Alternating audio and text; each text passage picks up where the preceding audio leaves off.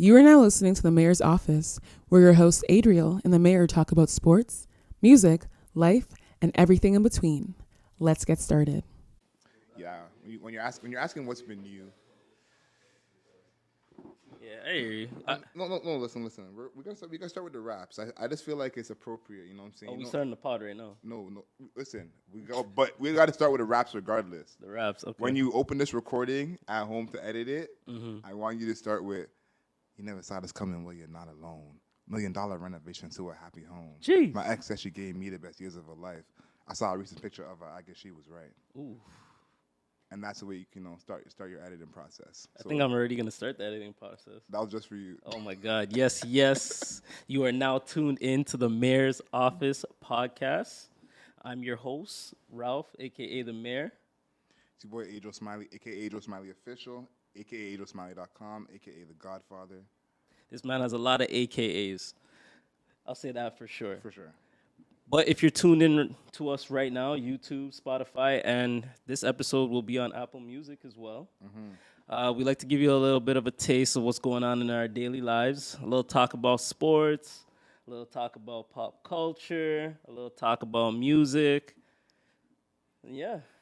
And, first and foremost, everyone on Apple give us a review and a rating. That's what we get at Definitely. the ranking. So, Yeah.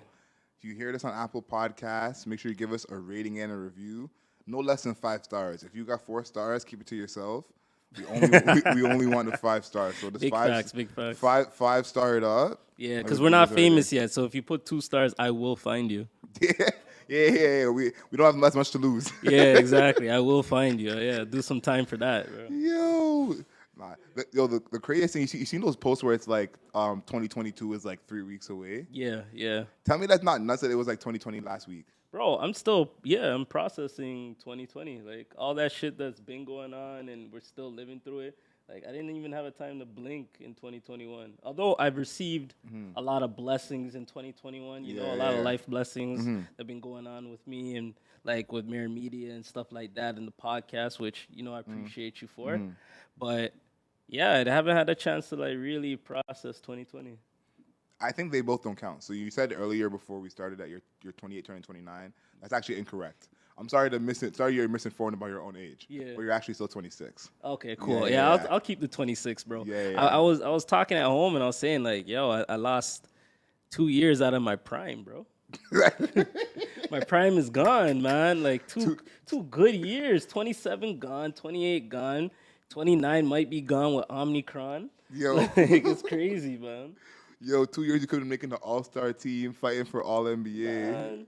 But there's always blessings because, like, maybe we wouldn't have started the podcast. Maybe I wouldn't have had the free time. Maybe we didn't link. Maybe you got busy with something else. So everything's a blessing in disguise, right? For sure. And everything happens for a reason, too. Everything happens for a reason, too. Big shout out to school night that happened last week. We were supposed to go. We didn't end up going. That was one of those I wanted to tell the podcast something and put it out there so you know. Yeah. You need to start inviting me out more. I feel like we're friends, but we're not like tight, man. But here's what happened. I put you on the list for school night. Yeah, fair. I ended up having work. Ooh. You probably still could have went on your dolo, but I'm sure you wanted us to go together for sure. Facts, bro. We gotta come as a unit, bro. It's not the Mayor podcast. Yeah, you know what I mean? It's the Mayor's office. There's more than one person in this office. Exactly. You feel me?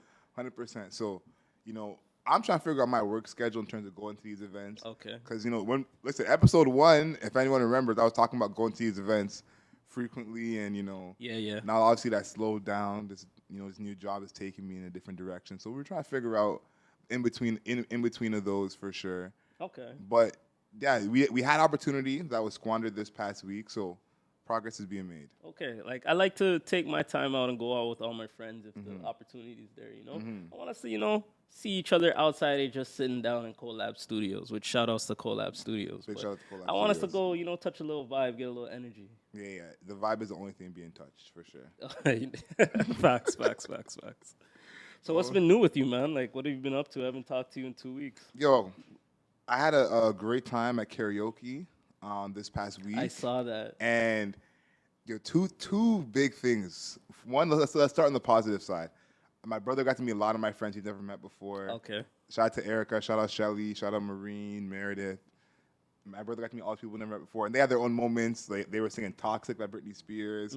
My brother and the other girl were singing "Baby" by Justin Bieber. I So saw the song you sang, which is a karaoke classic Which in one? the black community so far.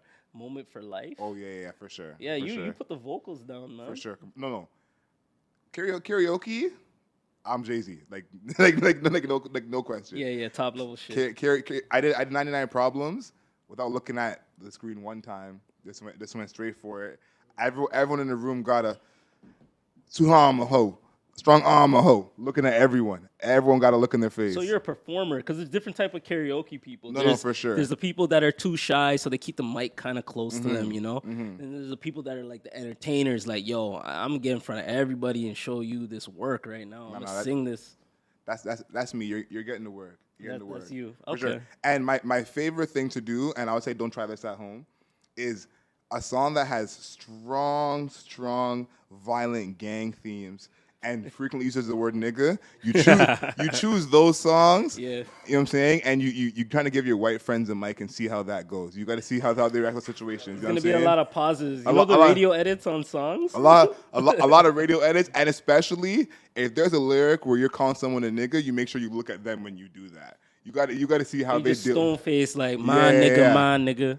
Right in their face. Nigga like had no sense of having a pussy, and you make sure you look at them when you say those words. So that kind of makes you see some things about a person, how they you're behave. not a good friend. Nah, you, You're gonna make them squirm a little bit, man. nah, but I'll say this: the people I had with me, they handled it with grace. We did a draw on a Shanti song that no one knew the words to. Everyone just knew the chorus. Yeah. And my friend Shelly had no problem trying to hop on the verse and just read along and get it done. So they handled that with confidence. I mean, you look like you had a lot of fun. Last time I went to karaoke, I made the mistake of picking songs that not everybody knew. So anybody out there that plans on going to karaoke with your friend group, try to pick like those top 40 songs, the songs that everybody knows the lyrics to, so they can have fun with you. When it's just you rapping bad and bougie and your friends can't do the offset section, you're fucked. Yes, if your friends can't do the offset section, you got to rethink your friend group. But I get what you're saying, though. Yeah. So I definitely got to pick more like well-rounded songs. And then the last thing I wanted to say about karaoke was, I had some friends that were nervous, and they said, "Oh, I don't want to go to karaoke. Yeah, There's those for sure. That's not me." And I said, "Yo, it's all fun and games, man. It's not that serious." But there was anxiety just on the thought of karaoke and singing in front of a crowd. So if you have friends like that, please bring them to karaoke. Let them break out, because it's nothing to be scared of. You know? I mean, the best way to get these people out of not being afraid is to do like duets with them. Yeah. Depending on the friend, right? Always do a duet, for the shy person. I'm gonna give you guys a gem. "Crazy in Love" is my go-to duet. That's a big song. You got the Shotty doing the Beyonce part. You got your ad libs. B, we ready? You can you can get that off. Participate. And then Jay's part. It's Jay. You're not expected to go all the way along, but you could hop in at the end of each bar. Yeah. And do your thing like that. Okay. So there's some tips for success when it comes to going to karaoke. So glad you had a good couple weekends for sure. Listen, at this age, man, you gotta just get it where you can. Bro, I'm telling you. I'm telling you, man. Like last weekend, I went to the club. I'm not gonna name this club because I might make fun of them a little bit. But I went to the club last weekend, and it was more of a spontaneous thing, whatever. Kind of like a double date type vibe, go to the club. And I've said this so many times on the podcast, the spontaneous nights out, I can't do it anymore, bro. It was like spontaneous like that. Yeah, it was like spontaneous, like one day's notice spontaneous. Not like the same day, let's touch the club. Now, we knew a day ahead of time, but there was no like plan. It was just like, let's go turn up, have fun, whatever. Yeah. And I've experienced, I'm not going to name this club, but I experienced some of the sloppiest movements by people that are younger than me. And now that I'm older, I'm starting to be more visceral and watching the sloppiness in slow motion. I'm not a part of that anymore. I'm handling my liquor. So when I see Tommy Yen drop from the from the fucking table, Ricky Tan. Exactly, just drop from the table because he's drunk or whatever.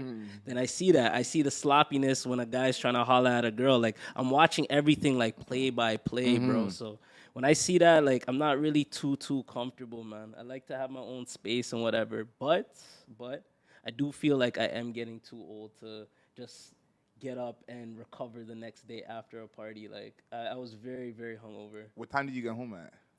That day I got home at 3, about Okay. 3-4 o'clock. 3-4 o'clock. Yeah. And how is the music in the club? Do you feel like you're still rocking with it? Is the song selection still good to you? Okay, for me, thank you. You said this, and this might narrow down the club that I'm talking about. But they said that ASAP Ferg was gonna perform. Oh. So Don't say they said. no. I'm gonna get to it. But they said ASAP Ferg was gonna perform, right?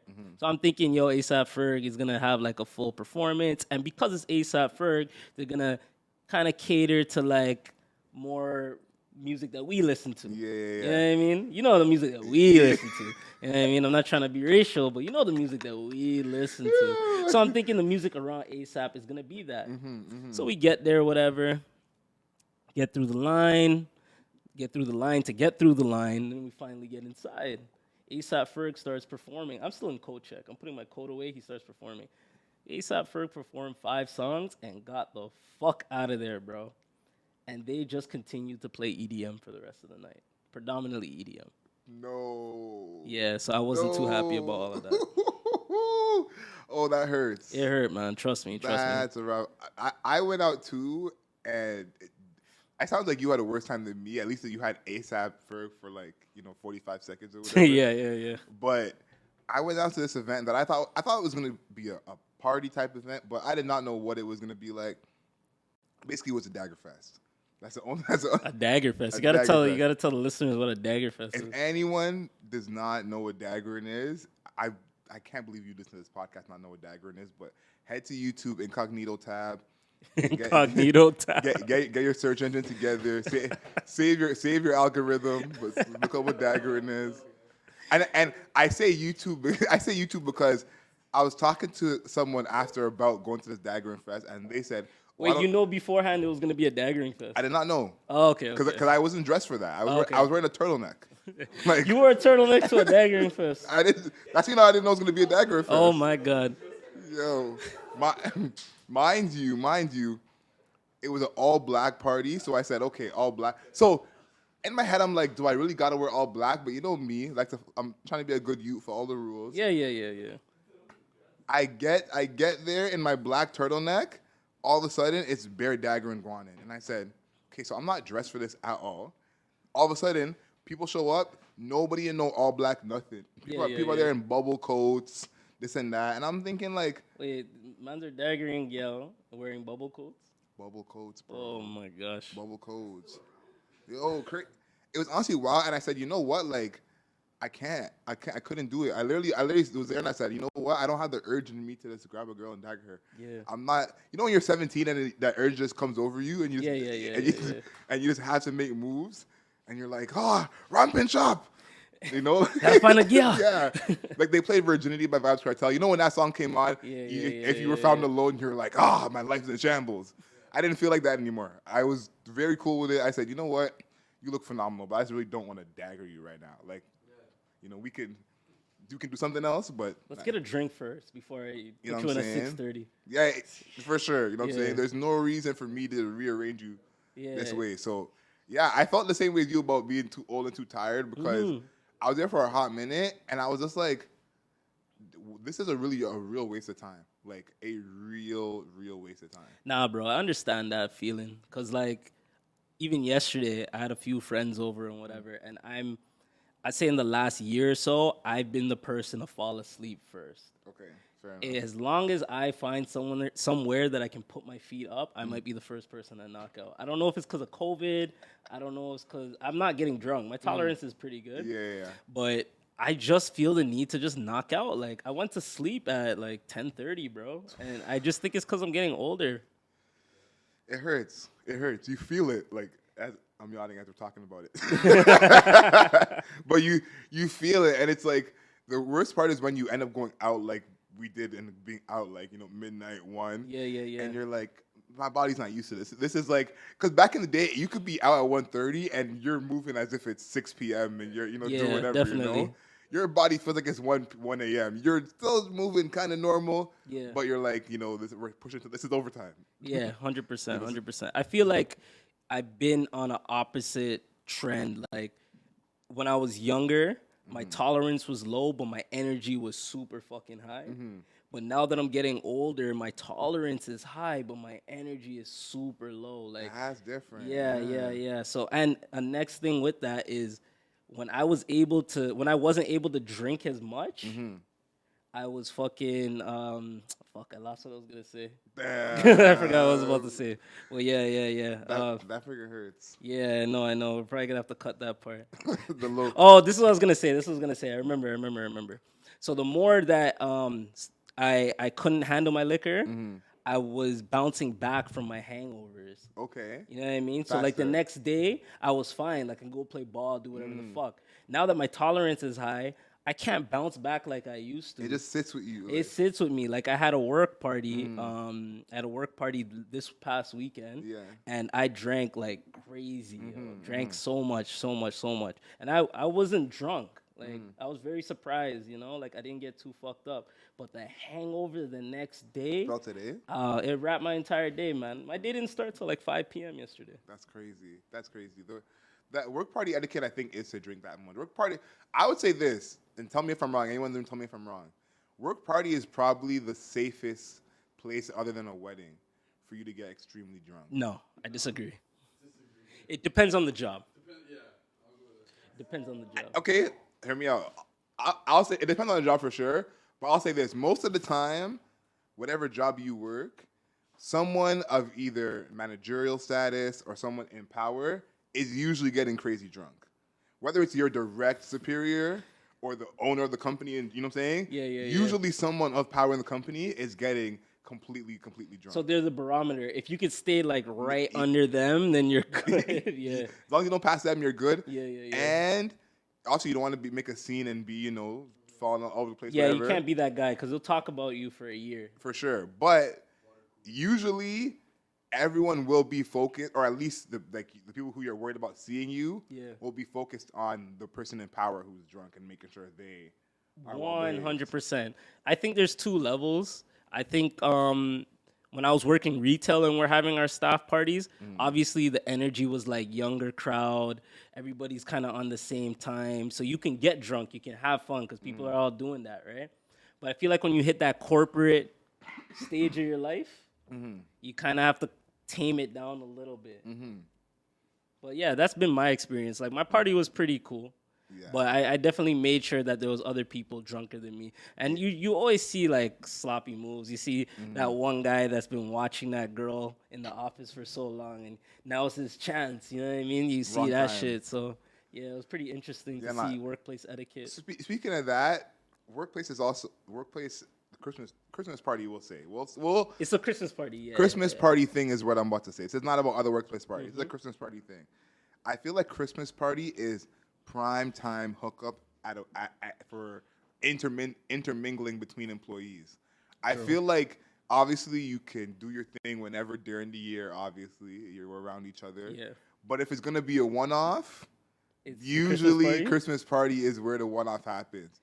That's how I look at it. Yeah. I would say that, or like the staff retreat or something like that. That'll probably be the two. I've never hooked up with a coworker from a Christmas party in my entire life, but I've seen it happen. Yeah. Especially corporate wise, I've seen people like get really sloppy and say, you know what, I'm going after this person, and that person is sloppy too. Yeah. So they just go off and be sloppy together. You know. Christmas party, I've seen definitely shorties come at me super sideways at Christmas parties. Oh, yeah? And I'm like, you don't even have this kind of game. Like, the moon is full right now for you to even be saying this. You say it's a werewolf. Yeah. Yo, like, I'm telling you. So, and me and this girl are friends to this day. So, if you hear this, he knows about you. Love you very much. Great human being. Don't drop no names. Please. Let's keep respect for this lovely lady. This girl was, kind of talking to me throughout the night, and I'm we're already friends, but I could tell it's getting a little 18 plus where she's headed, and I'm just like, you know what, you're too drunk right now, you probably should just get into the cab and make it home safely.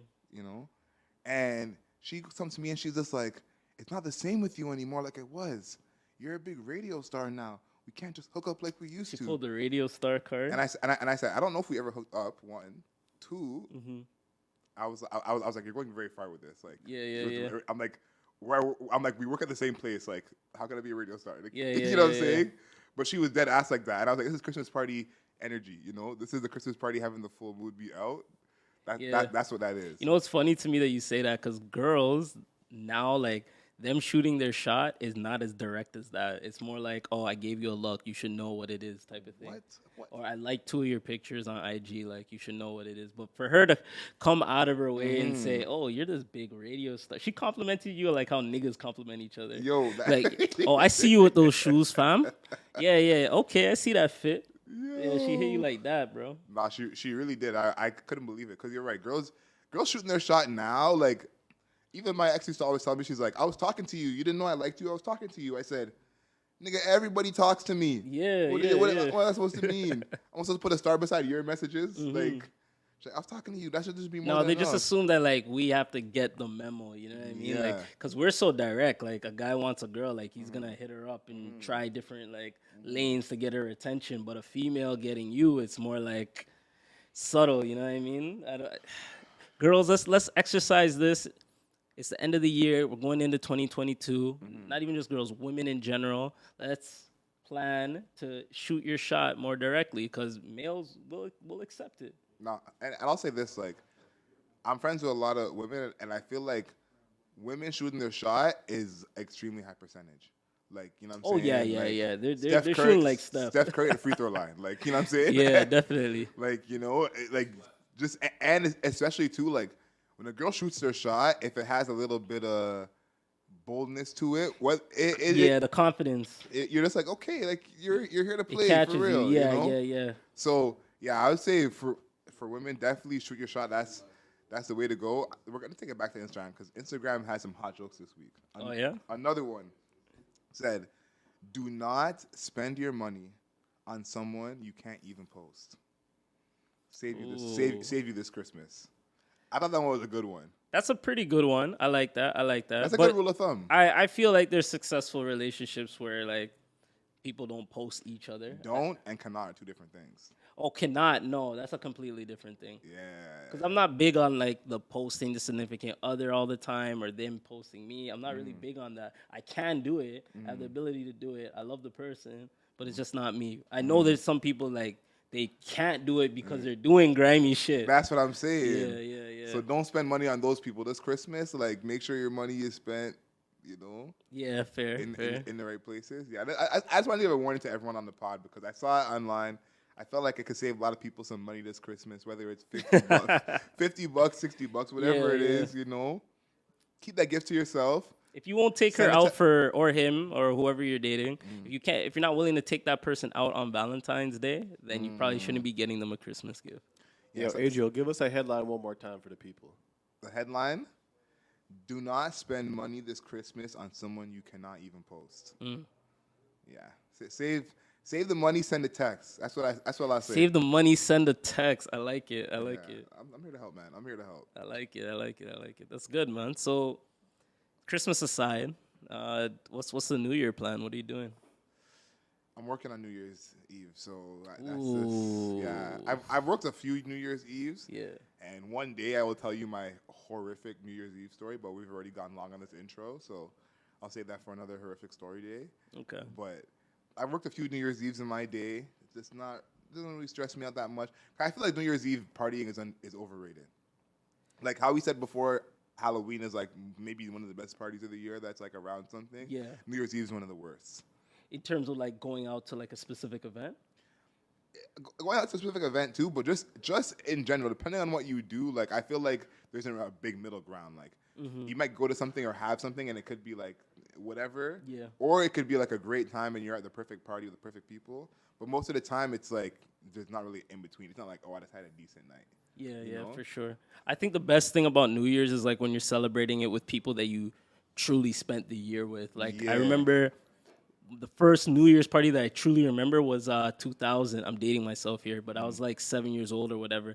And my mom invited like family, friends and shit like that. And we celebrated New Year's. And that was the first one that like I truly remembered. Oh, that's what's so up. I always appreciate those type of New Year's. Like as soon as the clock strikes midnight, you're hugging up, you're being happy with the people you actually spent the year with. I don't want to be at the fucking club with randoms and shit turning like fuck that shit, bro. It's not for me, bro. Yeah, you're not trying to rub shoulders with Priyanka and Navpreet at the club. You're just trying to be with your people. Yeah, yeah. I want to be with people that I know, that I care about. You know what I'm saying? Nah, I think that's the way to go. Like a lot of times, I used to spend New Year's Eve at church, True. I thought that was a really good way to hang in the year. As I got older, I said, you know what, let me do this, and especially like, you know what I'm saying, thank the Lord above, I'm single, but for those who are Thank the Lord above, I'm single. But for those who are in relationships, like you can't not do something with your girl on New Year's, like regardless. You know, you're gonna have to do like whether it's a dinner or whatever it is. Have like, to, so yeah, you gotta do something. yeah. When I was in relationships before, I would always try and do dinner. That was like, let's do that together. It could be intimate, just me and you. Yeah. And maybe we'll meet up with some friends wherever they're little doing, later. You know, but I think spending a time with the loved ones is kind of the way to go. Now that I'm working, you know, I might be spending New Year's driving. Wow. somewhere. So wait, are you working till midnight or what? No, my game starts at 10, so I'll probably be done around 12:30ish. Damn. So yeah, You spend New Year's with your coworkers. yeah. All right, sure. man. I'm gonna pray for you. I'm gonna send you a text. Anybody that's listening to this right now, just pray for Adriel on New Year's, please, please, please. Let's welcome in 2022, new pod energy. Thank you, Ja. Thank you, Ja. There you go, man. you, There you John. go. Oh, you know what? I actually saw an article. It was actually pretty interesting to me, at least, and it resonated with me. And it was about Christmas. I know we just dialed it back a little bit again to Christmas, but did you always believe in Santa Claus? Like, was that a thing for your family? Man, I feel like this is so perfect you're asking this because I actually had this conversation this past week when someone else asked me something similar. Okay. And the answer is no. Was the person that asked you, did they have a lot of melanin or no? No. Okay, cool. Sounds good. But nah, Santa, I don't think I ever thought Santa was real. I don't think I ever did. Like, Okay. Never. What about you? Like, or do you remember the age when you did it, when you stopped? You know, I mean, you get this propaganda in school up here where it's like, oh, you have to watch these. It's Christmas time coming. You got to do like the Christmas day at school and shit. So like you get brainwashed into thinking Santa's real. But I realized Santa wasn't real once I noticed that our chimney was never cleaned. So there was no way this man was coming down there and dropping up gifts in our chimney. We did not leave milk. We did not leave cookies. We didn't like really deal with that. And my mom and my dad, we didn't really perpetuate this facade of Saint Nicholas, this white man coming down in my Christmas tree in Scarborough. Yo, I can't right now. I started my chimney and You're telling me that what gave it away was the logistics of the chimney not being I am clean. very technical, bro. Like I wanted to know the logistics of this fat Caucasian man coming down our fucking chimney and dropping off gifts that I specifically wanted. I never talked to this guy before. How does he know what I want? You know what I mean? So then I realized No, that's I facts. always told my mom, like, yo, I want this. What I really wanted was a Game Boy Advance one year. So I kept saying, yo, Mom, I want the Game Boy Advance. My dad's not really big on me getting video games at the time or whatever. And I only told my mom. How the hell did this white man know that I wanted a Game Boy Advance? I don't know. Your mom snitching? So I know my mom not calling up no white man. She barely calls the police when we're in danger. So there's no way that was happening. So from there on, that same Christmas, I got the Game Boy Advance. And my mom gave me a smirk. Like, I got you, nigga. Like one of those smirks. So then I kind of knew, like, okay, this can't be real. And it started breaking things down. That's when I stopped watching, like, those VHSs, those Christmas VHSs. I don't care, bro. Yo, Santa Claus about to flag this. I know. I'm getting cold. I'm getting cold for Christmas, bro. Yo, hold on. You mean young Ralph didn't write no letters to Santa? I didn't write a goddamn letter to Santa, bro. I barely wrote letters to my family in Jamaica. There was no way this man was getting a letter. Yo, I just love the logistics of it. Because you know what's funny? In all honesty, Santa Claus needs to have the body of Kawhi Leonard and the mind of Elon Musk. And the money of Elon Musk. It didn't make sense, Like, bro. you know what I'm saying? No, and the resources of Jeff Bezos. Like he's looking at our algorithms. Yeah. That's how he knows what we want. Like Santa needs to be all of that, and still he probably needs 3 days to get it done. Bro, and us being black men, we have the mentality and the hunger that we came from nothing. You know what I mean? We grind for every little thing that we got. How can this man give me a gift when I have cousins that are in Africa, in Jamaica, that are struggling and they don't get gifts? Why is he only coming to me? Just because they don't have chimneys, they don't get gifts? That's not fair, bro. So I read the logistics. I said, yo, either this man's racist, he's very selective. It doesn't make sense. It doesn't make sense. I think black families can't give Santa the credit for anything because the way your mom give you that look and was like, "Yeah, I got you." Like, Yeah. they got to make sure you know that they got this for you. You know what I'm saying? Like, I think this is a bigger issue that I would love someone Caucasian to explain this to me. But just a parent being okay with giving the credit to a fictional character who's not them for your happiness is a wild thing in the first place. You know what I'm saying? Yep. That's why I think people of color are raised right. Like, it makes sense for your parents to be like, you see that PlayStation? That costs money. I went to work, got that for you, treated with respect. Not you got this gift just for existing from this white man from above. Like, you know, like that's not the message you want to the send. white man from above, eh? Yeah, Crazy. How come Santa can't come through the front door and ask nicely? And just drop it off or something like that. You know what I'm saying? Like the UPS man. So yeah, I feel like that's just a white people thing. Oh no, I got something for you. I got something. It's getting a little interpersonal. But when I truly understood that Christmas didn't exist, didn't exist, that Santa Claus didn't exist rather, was when my parents split up. Because then it turned into a competition. They get a better gift. So my mom just said, yo, screw all that, yo. You know, I did that for you. You know, my dad tried to get something and bounce back. So it was a lot of that. So yeah, children from separated families and stuff, you definitely know Christmas doesn't exist. That is so funny. No, that's a true sign. I've heard that before. Yeah. That's a true sign. Oh my God. Big shout to Santa Claus wherever he's at. Listen to the podcast. Definitely. Oh my goodness. I think we went from Christmas to New Year's. I think we got to take it a little bit left. Okay. And get a little sad.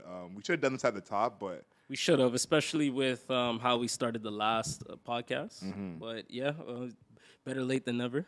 Yeah, RP to Virgil Abloh, battling cancer behind the scenes. He passed, I think it was last week. He did, yeah, it was last week. And yeah, I'd say all of us didn't see this coming. A lot of people are hurt.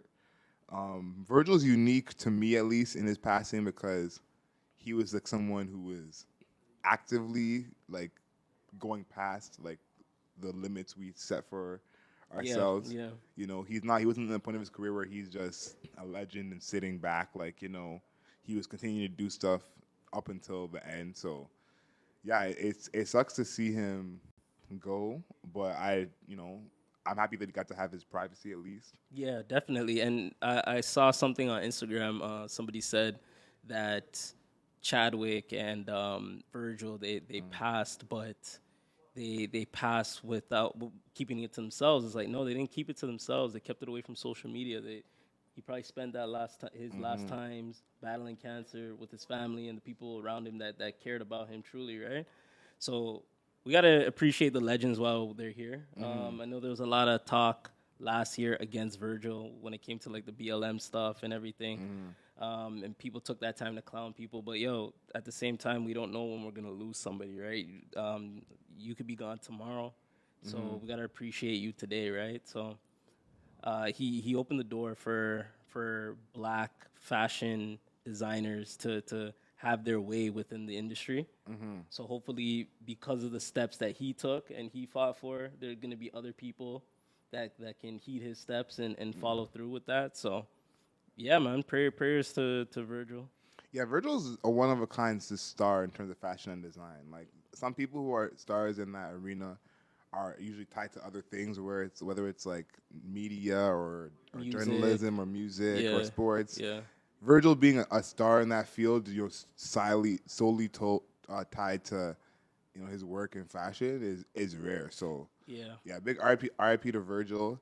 Now it's a little bit of a shout out when you see people wearing Off-White out now. You give them for a little, sure. And you brought up a good point. Like, for him to get to that stage in fashion design while being a black man, like we can see, like when it comes to high fashion, the industry is very racial. and it's very tough for a black man to get in or woman. So it's really important for people to kind of see like what kind of barriers that he broke down to get to where he's at, right? Like we always take those same lanes, and as black people, like getting into music or getting into sports and things like that, right? But he took that other route and got into fashion and broke through. So big shout outs to Virgil.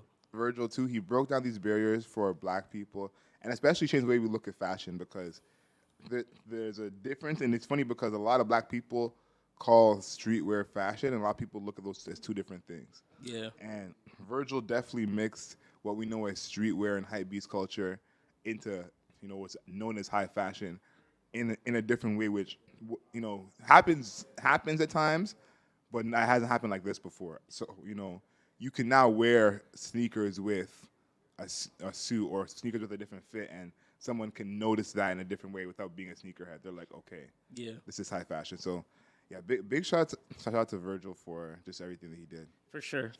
You open the door for black creatives, not just fashion designers. So any route that you take has a creative, whether it be music, arts, podcasting. Yeah, you gotta heed these steps. So, but speaking of podcasting, I know you've been in the podcast game for a little while, right? I am fairly new to this. I love it. I appreciate it. I get a lot of good feedback and a lot of things that I need to learn. But where do you see the future of podcasting right now? Like, is it going in a positive trend? It is going in a positive trend. Right now, it's definitely a lot more of a hobby than anything. I did a short audio doc like a few years ago about podcasting and like how you can make money from it and what it takes, and the bars you have to get to make money from it. And so it's still a hobby for a lot of people, but I think it's going the right direction because everyone just listens to podcasts.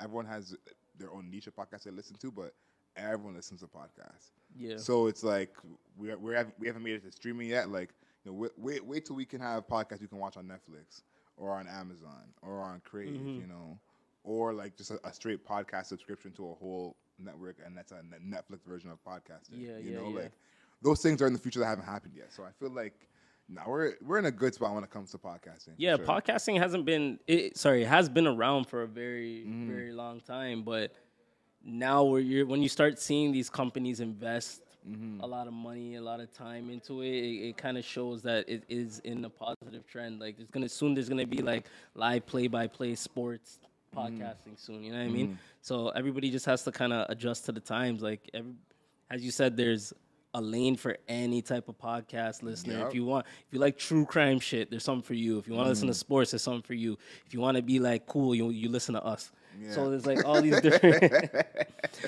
different lanes that somebody could take and be a podcast fan of multiple things. So what do you see for the future of podcasting? Like, is there anything that you think that hasn't happened yet that's like you feel like it really could happen or is gonna happen? Bro, I have some ideas, and like it'd be great if we can go back to this one day and see if I'm a fortune teller. But I do somewhat agree with what you said with like Netflix and stuff. I think the future of podcasting is simultaneously streaming, so live streaming your podcast onto like a high traffic site like Netflix or Amazon Prime or whatever. And then I also see people dropping episodic clips onto those streaming platforms. So for example, you see Joe Budden drops like his entire episode on YouTube.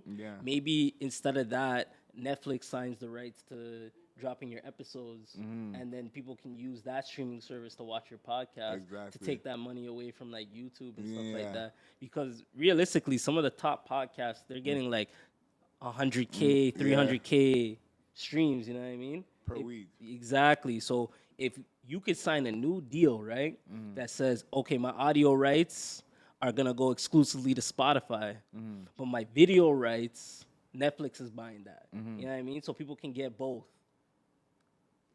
More accessibility. No, I think that's definitely where things are heading. Especially because Spotify is trying to be in the game. We know about that. We know that whole Spotify situation over there. So, I think the future of podcasting is bright, man. I hope that more people start making money in this because definitely. I think it's still under 10% of podcasters make money from podcasting. Yeah. So we'd love to see the money get up as for more people than just a few, but for sure, now, the future of podcasting is super bright, man, for sure. Like, And even with our podcast, I feel like I'm looking forward to so many things in the coming year. Just us getting like our quality up.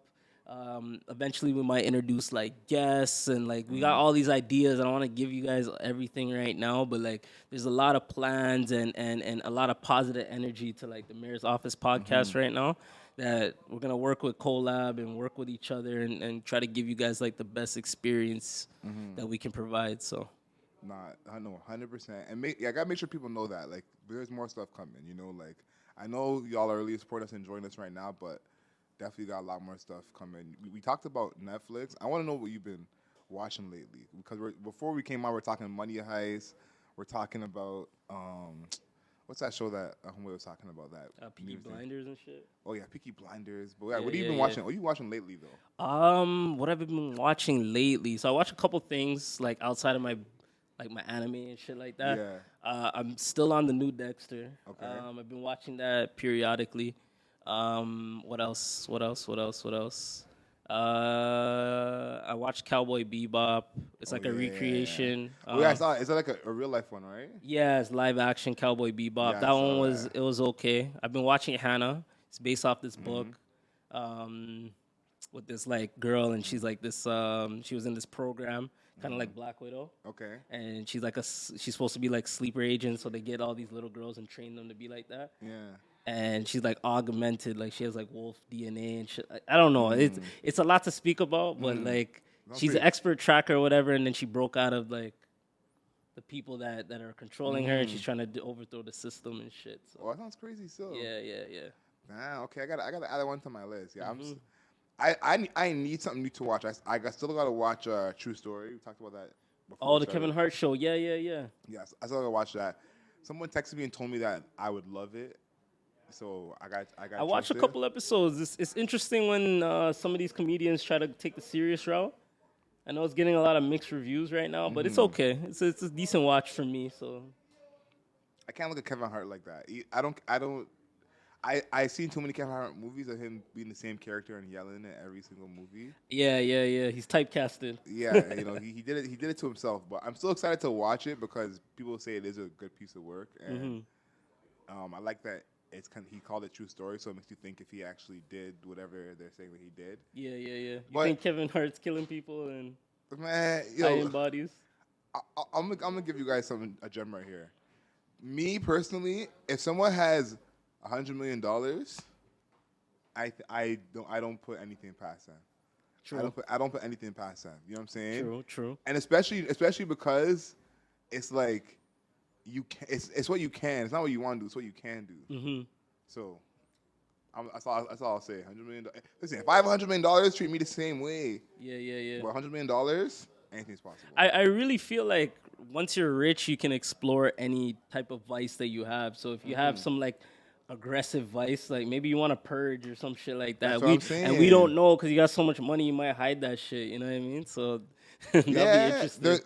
There's a movie where it's like I forget what it's called like Imaginary Island or something. Yeah. But basically this guy is like taking people to this island and like hunting them, and these are this rich guys like the premise of the movie. Okay. And I'm like, yeah, I'm sure that people are doing that. Like even like what's the show that everyone was watching? Which one? The show that we were just all talking about where everyone's trying to get the money and everyone's in debt and they're playing all those games. Like Survivor? Squid Games. Oh, Squid Game. Yeah. Yeah, like a Squid Game.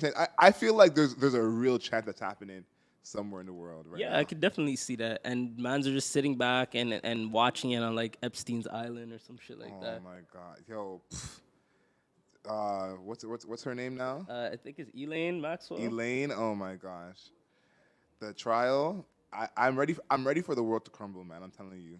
Bro, I don't know, man. I don't want to get in my conspiracy bag, but... Get into the bag. But ever since the Decepticon variant is dropped and Decepticon. it's perfect timing for this Elaine thing, I don't know. It's looking shaky. I saw a couple lists of, like, names of people that she's engaged with, did business dealings with, and it's looking kind of scary, man. Nah, it's real sketchy in a crazy way, and I gotta say this, like, there has to be some kind of fear that they actually might get found out because I almost with the assumption it's like these white men with power, like they're gonna be fine, you know, like Yeah. these white men with all these millions of dollars, like they're not tripping, you know what I'm saying?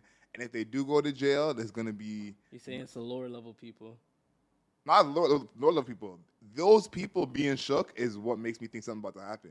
Oh, You see what I'm okay. I hear saying? you. Yeah. Those people being shook is like, okay, something's about to really go down. Yeah. Whether they have insight or a deposition, something they've heard or seen, Yeah. that makes them be like, okay, we about to be toast. Man, I'm really interested to see how all this plays out because it's been like a media blackout with this, man. Like, whenever one of us gets arrested for something, like R. Coverage. Kelly, it's all over the place. Bill Cosby, it's all over the place. Michael Yes. Jackson, all over the place. But you don't hear shit about this, so who knows, man? Yeah, I really hope that we get some answers from this. But here's what I'll say. I'm just excited to see what the world becomes with this new information. I'm like kind of like in a see the world burn type of attitude. That's how you're feeling? Yeah, just because we know that there's some nasty niggas outside. We just know that's how the game goes. Like Yeah, especially for sure, these for white sure. men with money, like nastiest niggas. Yeah, man. And they control who controls us, so it's crazy, right? Yeah, so it's like I'm ready to see that, but we'll obviously get to that case when that case comes up. But Definitely. I'm excited to get that new information. I guess I gotta live my life like day in and day out, as regular as I can. Just go to work, go to movies, get curved by you for events, like the regular. You know what I'm saying? That's a good curve by you for events. I'm saying, bro. But speaking of the movies, though, I ended up going to movies recently last weekend, and I watched King Richard. Okay.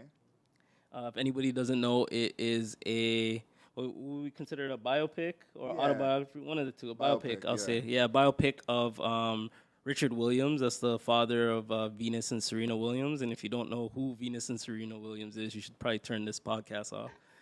But yeah, he kind of talks about Will Smith portrays him, and they go through like the beginning stages of like Venus's career. More so like how she got into like her first pro matches and stuff like that. Serena was in it too, but I kind of like the fact that they focus on Venus. I feel like Serena is like Serena Williams, she's one of the GOATs. But we don't talk about Venus kind of opening the door for her too. So I found that pretty interesting. Well, that's what's up. I like that. I like that. Yeah, so you should definitely take it in. One thing though, when I watch biopics, bro, and I have access to the information of the person, I always like to do my deep dive into them, and you start seeing like the negative side that they don't show in the biopics. You know what I mean? Like for him, he's a great dad. He trained his kids and everything like that. But he had multiple families and stuff like that. But you'll never see that side on the biopic. So going forward, filmmakers, please touch on the positive and the negative so we can get a fully formed opinion on the person. Multiple families, eh? Yeah. He's a lot of kids. Listen, I'm just gonna say this joke one time and then we'll move on, okay?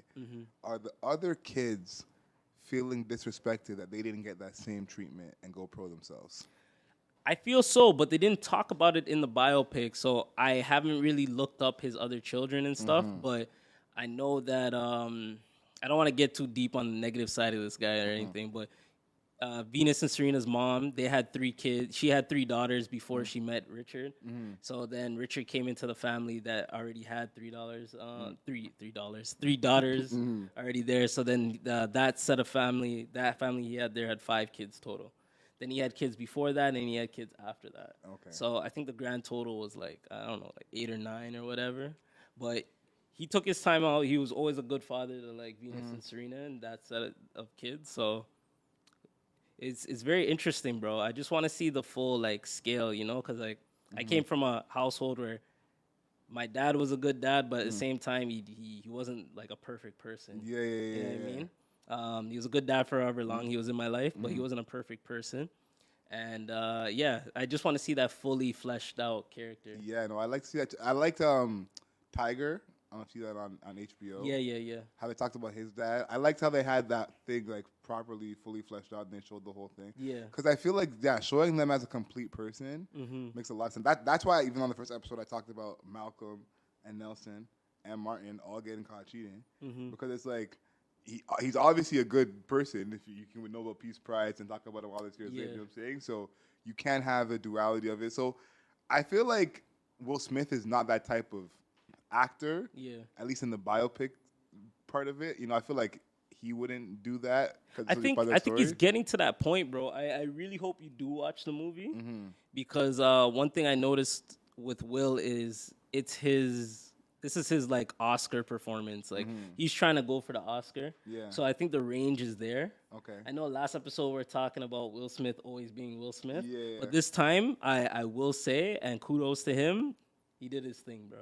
Okay, so he's actually acting in this one. Yeah, he's acting. He's not pickpocketing with Margot Robbie. That was gonna be my next question. Is his performance? But you're saying he did his thing. His performance was really good. Like if he doesn't get the Oscar or if he's not nominated, then yeah, there's some bullshit going on for sure. Will probably has 2 or 3 things that can go in this category of being like a good like TV movie father. It's weird. It's funny because he's a very public father, like outside of the actual screen. Yeah. But like Pursuit of Happiness is a great dad in that. Definitely up there. Yeah. I would say Ali is another one. And then two other ones that came to mind. Smart Guy, Floyd Henderson. That's a good TV dad. Oh, okay, I got you. And then John Q for a movie. Oh, we're just talking like TV fathers. Not.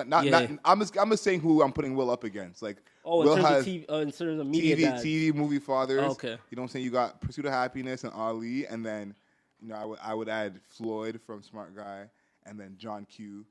Floyd's good. You know, when we were thinking about the topic, I didn't put him in my head. I got a few TV dads, probably 3 that stood out to me, and they're all a little bit different. I'm gonna go from the bottom to the top. Okay. All right. So the third one for me is, I think his name's Alan from Boy Meets World. I think he was a great dad. Yeah. He's a great dad. That's a real good one. And I don't watch a lot of like non-black comedies, but I feel like every black person's like enjoyed Boy Meets World, right? They get a pass. Yeah, for sure. So it's him. I gotta put Mufasa in there.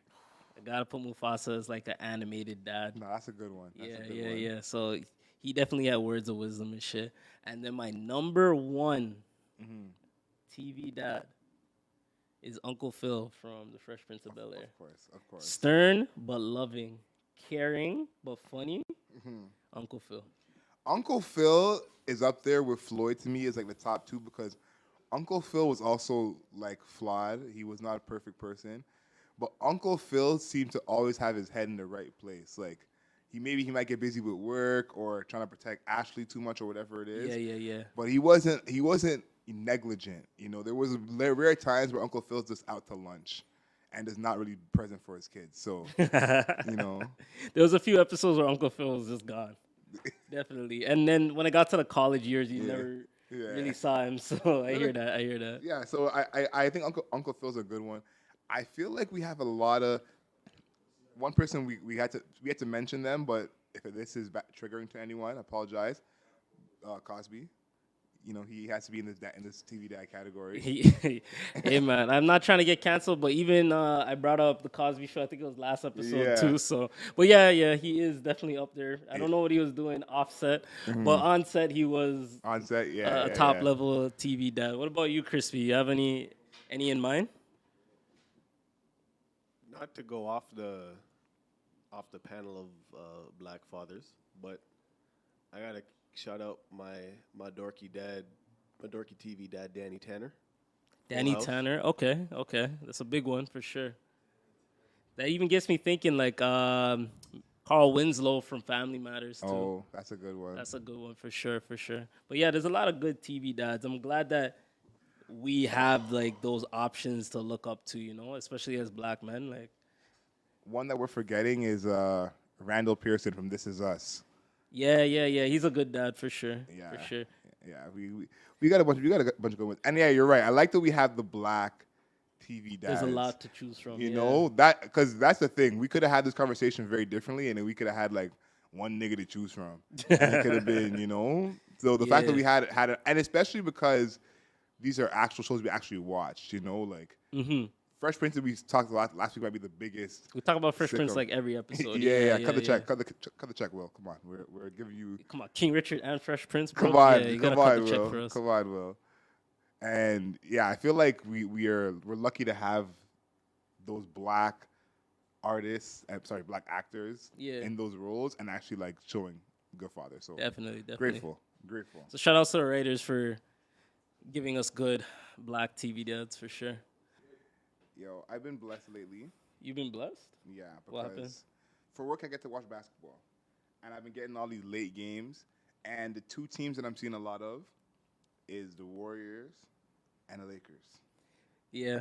It's a blessing half the time. It's of course seeing the Warriors, but seeing the Lakers has been tough.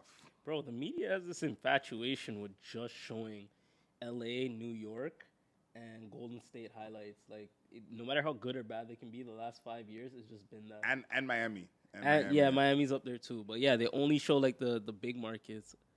Yeah, I feel like that's gonna be changing soon. Hopefully, because Ja in Memphis doing this thing. Yeah. You know, maybe when Zion finally comes back in 2024, 2024. whatever team Zion's on. Yeah. I also feel like these teams have exciting players, quote unquote, like the Lakers, like Westbrook or AD. Yeah. But it's like, you think I want to tune in to see Westbrook and AD above Jokic or Luka or the Suns? I think these guys need to diversify the teams that they're playing because almost every team has a star now. And you just brought up the last team you just said, the Suns. The Suns went on was it 18-game win streak? 18. Yeah, they went on an 18-game win streak, and we never get to hear about these guys. That shit's not crazy. No, it's nuts. And the Suns are a dead nice team. And I'm like, what more do you have to do? Out of pocket. This came to me last week, and I was waiting to bring it on the pod, and I'm happy that I remembered it. Are we not entertaining this enough that we can have a finals rematch? What are the real chances that the finals, second year in a row, could be Milwaukee versus Phoenix? You know what? I believe that. I think that it is fair to say because the West isn't as strong as it was last year, I'll say. And the Suns have proven themselves to be a team. And then when you go to the East, we don't know what's going to happen with Brooklyn. Like, I'm not afraid of Brooklyn if I'm Milwaukee. I'm not afraid of Philly right now if I'm Milwaukee. Like, if you take every healthy team in the East, Milwaukee's kind of creeping on that top dog spot. The only team that could really, I feel, that hang with them, probably Miami, if Miami's healthy. Yeah. And then, when it comes to the West, the Clippers are quiet. Dallas is quiet. The Lakers, they're going through their trials and tribulations right now. So, I agree with that.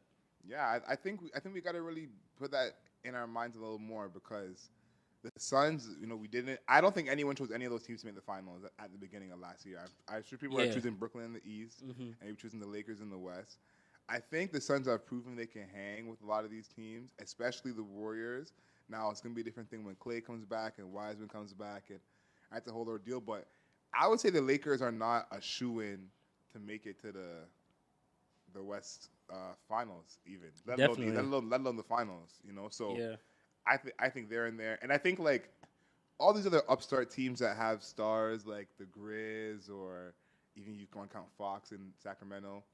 The Suns ain't worried about none of those guys. That's like, facts. There's That's no one the facts. Suns are really. I think it's about. just the Lakers for sure, and Golden State fully healthy. That'll be the two highest levels of challenges. If the Lakers are healthy, which they haven't been, like LeBron's been in and out this entire season. So if they kind of figure it out, they could be a tough challenge for any team for sure. I don't believe in LeBron's health anymore. I think that, like, for me, when we talked about this off air again too, when it comes to unhealthy players, I just have a way about them. Like, if you're gonna miss 15 games every season, that's just what I'm banking in. Even if you have one good year, that's just who you are, like a Kyrie Irving or Anthony Davis. Right. Those guys who just miss games. LeBron is there right now. You know what I'm saying? Like, LeBron is there at a point now where it's like, it seems like it doesn't take much for him to get injured. You know, he's not an Iron Man anymore. And then as well, like, his performance when he is injured isn't at the level. We saw that last year in the playoffs when he was kind of injured in that series. So, to me, it's like, if LeBron's healthy, for sure. This is the decline, right? The LeBron decline started. Man, definitely the LeBron decline has started. It's I mean, it's supposed to happen to everybody, bro, and it's not a detriment. Sorry, it's actually a positive thing that it's taken this long for his decline to happen. So yeah, it is what it is, bro. Yeah, it happens. It's rough. It's rough for Lakers fans because we got all these expectations of our team, and right. I tell you, it's rough. Like you got Westbrook, who's probably so brick, is unbelievable. Like I'm sure, like whenever he gets a statue in OKC, it will be made out of bricks. And Oh the my shot God, this guy went there. and the shot he will be taking will also be a brick. Like we'll just have it bouncing off. Yeah. Anthony Davis, who's like as inconsistent as it gets. Street clothes. Yeah, literally street clothes, paper mache. Yeah. And then LeBron, who's in his 80th season in the league, like It's a team of mismatched people. It's like watching Money Heist. Yeah. They got a lot of talented individuals, but I don't know if they're gonna succeed with the final goal. okay. Before we move on to more basketball, who is the Nairobi of the Lakers? The Nairobi of the Lakers. Oh, fuck, man. I fuck with Nairobi a lot, bro. I'm going to say the Nairobi of the Lakers, someone that you can always count on, always trust, but spoiler alert, that will ultimately meet their end. I am going to say it is AD. AD is the Nairobi. Very consistent, but you're never too sure when he's going to arrive. Nairobi, she met her end. AD might get injured. Okay, I like that. I thought you were gonna pick someone who you liked a little more than picking AD, but that one makes a lot of sense to me. Okay. I think we got to come up with more of these questions of the crossovers. I like that. Yeah, we should do the NBA to TV crossover. Yeah. We'll keep that in mind for next week when we talk about Will Smith again, and we'll ask. Yeah, for the 80th time. And we'll ask who's the Will Smith of the NBA. No, I like that one a lot. The craziest thing that I saw during the weekend or during the week was, so for my job, it's not part of our job directly, but they tell us to pay attention to Twitter. Yeah. They say, if someone says something about the feed or whatever, about the game, pay attention to Twitter so you know what's going on. So this happened during that huge game when Grizzlies lost by NBA record 73 points. And Twitter was basically blowing up. No, Grizzlies won. No, sorry, the OKC lost. Sorry. OKC lost. Yeah. Grizzlies without John Morant beat OKC by 73 points. Morant, crazy. And on Twitter, basically, it was like everyone's getting their tweets off. And but it was funny because I wasn't watching the game, so I'm trying to decipher like what do these tweets actually mean. One of the tweets was, "This should be Shai Gilgeous's audition for an All-Star game." So I'm thinking he's going to work. Yeah. I checked the game out. He's not even playing. They're down 60. And I'm like, oh, that's what you guys mean by that. That's crazy. So, it got creative, but it was just interesting.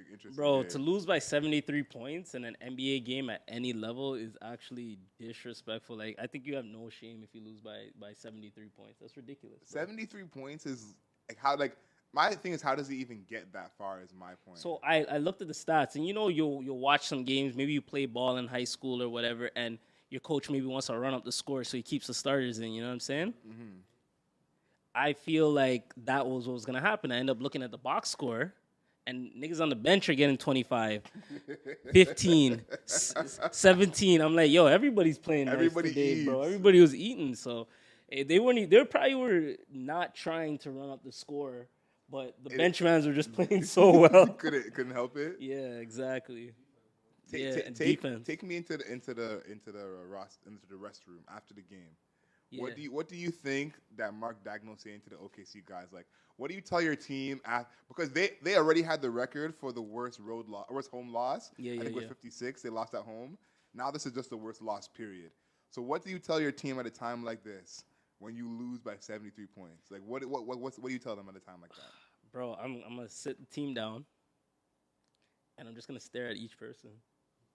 And usually they have like a screen that they do their like their rewatch, like watch film and shit.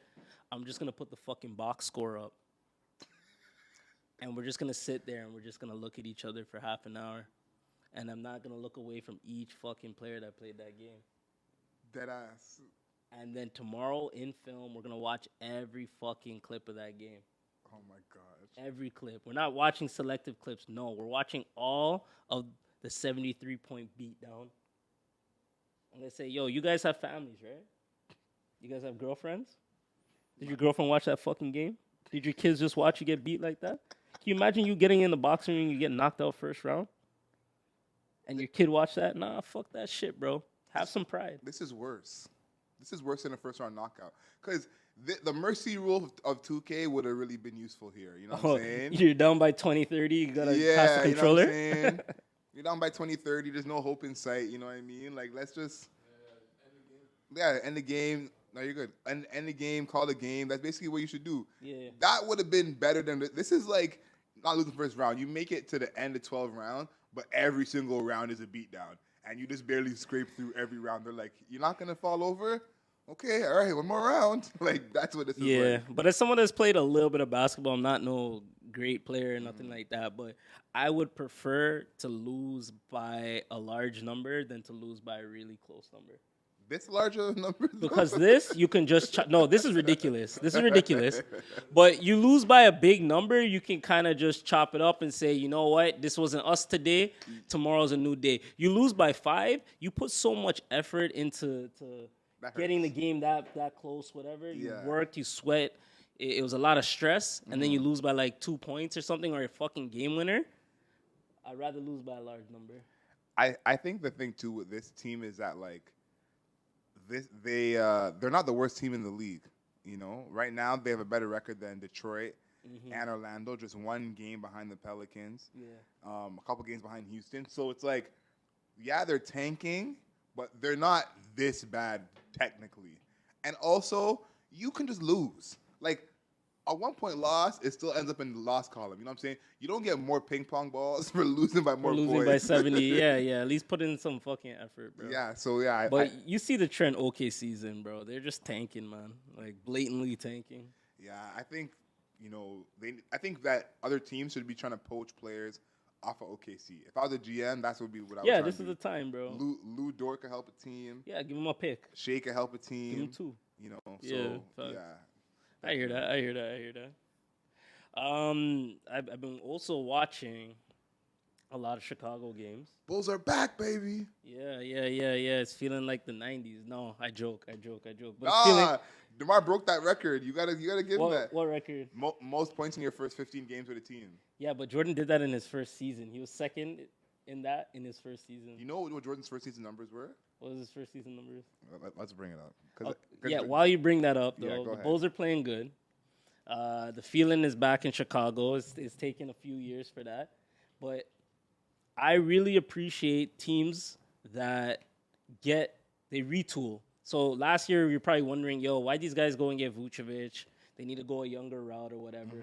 But it makes your team a little more appealing for, like, a free agent to come to, right? If you do make those choices, like now OKC's on the other end of the spectrum. OKC's trying to build from the draft and give up all their picks and do all that shit. That shit works. Maybe you get a once-in-a-lifetime player, you know what I mean? Hopefully. But retooling's the way to go. I like how the Bulls did that. Yeah, the Bulls definitely set themselves up for success at least because they have a baseline now. Their ceiling, we got to wait and see. You know, before Kyle was saying that they're a regular season team. So we got to see what their ceiling is. But Kyle, we're going to come back to you for that take, by the way. Yeah, we're definitely coming back to you for that one. But it remains to be seen what their ceiling is. But their floor is high, so we love that. The numbers on Michael Jordan, first of all, Michael Jordan is a different nigga, bro. Absolutely different nigga. Rookie season, 28 points a game, oh my God. 2.5 steals, 6 assists, 7 rebounds. Nah, different breed. Yeah, like. Yeah, I hear what you're saying, man. It's this MJ. It's the GOAT. Yeah, it's the GOAT. But yeah, shout outs to DeMar. DeMar's definitely an all-star this year. Back in that conversation. I feel like he had to go back to the East, get back that scoring touch. Pop had him in his system. Fred Hoiberg said, fuck the system, go get some buckets. And he's playing well. So shout outs to him, man. Here's a real question. DeMar definitely is going to be an all-star. That's like without question. Yeah, for sure. Is he going to be all-NBA? Definitely. All NBA first team, probably not. Maybe second team. Second team? I'll give him second team, yeah. I think... If he can maintain. Also, here's this. How does DeMar DeRozan's Hall of Fame case sound? We're just going to go all the way into it now. Because this would be his third All-NBA. He made All-NBA second team the year before he got traded. How many All-Stars? Excluding... I think he's a 5-time All-Star. This would be his 6th. Okay. And Raptors leading, he's what, third? I want to say all-time scoring for the Raptors. Yeah, it's probably Lowry, Bosch, than him. No, I would say he's first. Lowry doesn't have more points than DeMar. DeMar's only paid. Yeah. So who's first right now? Can you pull that up? I would say it's DeMar. Hold on, let me check. Bosch. Oh, he has Bosch's one. all time? He has a gold medal, yeah. I think he has one. Yeah, I don't know. That's actually a big point. When it comes to Hall of Fame, though, I don't think he has enough individual accolades to be in the Hall of Fame. But like, as the years go on, we will see. You know, and the Hall of Fame to me, DeMar number 1, Kyle 2, Chris Bosh 3. Okay, cool. So I got the right names, but I got the wrong order. But the Hall of Fame it continues to get watered down, right? That's what I'm saying. It continues to get watered down. Does he like when you hear Hall of Fame? Is his numbers like in your head like Hall of Fame level? I don't know, but that's what now that I look at it, he's more far behind than I thought. He's at about 13,000 points. Yeah, so I don't think he's there. He could get to 20K. That is possible. 2-time All NBA, 4-time All Star. So this year would make him 5-time All NBA, 3-time All Star. Here's the thing. His career averages are 20 points a game, 4 rebounds, 3.8 assists. So not really Hall of Fame numbers, but I think that there are like he is in that mold of the Mitch Richmond, Antoine Jameson type. Antoine Jameson not in the Hall of Fame, but most guys who have 20,000 points. Yeah, those star guys, but they weren't like superstars. And this second half of his career is kind of boosting, how he's perceived. Fair enough. But he always will have the respect of true hoopers because of his footwork and his deadliness from the mid-range. So shout outs to DeMar. Yeah, 100%. Keep doing your thing. I'm going to get your Bulls jersey. I already have your Raptors jersey. No, definitely need. Yeah, we got to get a DeMar jersey on the show at some point. 100%. Okay, for sure. 100%. So, just for reference, Basketball Reference has his Hall of Fame probability at 8.4% right now. There you go. All right, that makes sense. Okay. But shout outs to DeMar. There's a lot of niggas like when you play ball, you respect their games, but you know it deep down like they're not gonna be a super mega star. Like I see like CJ McCollum when I watch him play, I'm like, fuck, the nigga's smooth, you know what I mean? But he's not gonna be a Hall of Famer. He probably won't win a chip. He's definitely not winning a chip in Portland. But I respect his game. So yeah, that's how I feel, bro. There was a little bit of crazy times happening on the internet this past week. We can probably say that every week for sure. The interwebs get pretty wild, but definitely there was some announcements with the Grammys. I really don't like the way they do their announcements. I feel like it's just awkward timing. Like it's in the day. It feels weird, but they got it less wrong than usual. I'll say that. Okay. Less wrong than usual. Did you have any specific categories that you saw that stood out to you? Rap album is where I do want to start right away. Who are the noms? We got the off-season, J. Cole, Certified Lover Boy, Drake, King's Disease 2, Nas, Call Me If You Get Lost, Tyler, the Creator, and then Donda, Kanye West. Okay, I'm not mad at it.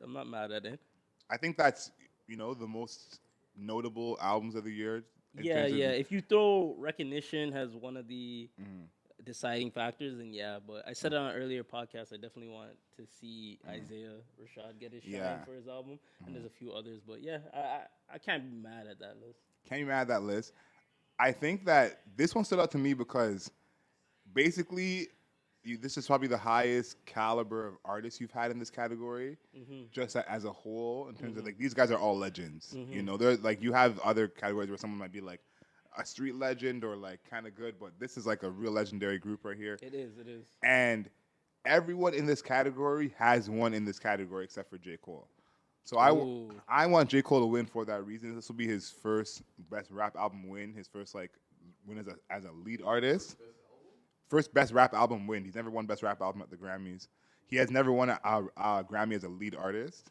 I don't think he even fucks with the Grammys like that, though. I think he's past that mentally. And I think he is too. But I think we have to give the credit to those who are actually, good artists and actually good at rapping. 100%. Same way talking about Isaiah Rashad. Like, it shouldn't be just the 5 biggest rappers. Which that list is the 5 biggest. Exactly. And I think when you talk about of the biggest, like that drop, like you could. To me, I would say J. Cole's the best rapper out of all these 5 guys right now. Even I would put him ahead of Nas right now. Okay. You know what I'm saying? I'm not completely mad at that take. Right now he's the best rapping out of those 5 guys. So he should be kind of treated as such. I think Tyler and him are the 2 best albums rap wise this year. Yeah. But I just can't see I don't know. I just can't see Tyler winning this category with these guys in it. I feel like the voters would vote for all these other guys before they vote for Tyler. You know what's crazy? I did my Spotify Wrapped, Yep. and Tyler got 2 of my top 5 listened to songs this year, which I was very surprised. He got my number 1 with What's Your Name, and then he got like my number 4 with like Lumberjack. Okay.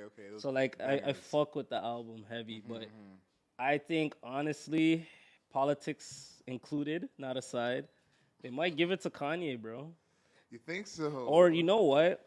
I also saw, and I guess we'll get into it, the best album. Kanye is nominated in that, but Drake isn't. Yeah. So they might end up just taking the easy route and giving it to Drake. I don't think Drake deserves it. I'm going to be honest with you. Me neither. But I think it's between, in terms of quality of all those albums you just said, I think it's between J. Cole and Tyler, the Creator. Yeah, quality-wise, for sure, I agree with you. I did a pod with DeMar for the Album Mode podcast where we talked about all these. Yeah. And I think Nas is gonna win. I don't think anyone's won back to back in this category since Eminem. That's why I think he won't win, but Nobody's done it. No one's done it. But I think both albums, King Disease 1 and 2 are really good. But I feel like the voters could feel kind of safe with that choice out of all these choices. Right. I feel like that's the one you could really feel good about. So that's the one I really think is gonna win.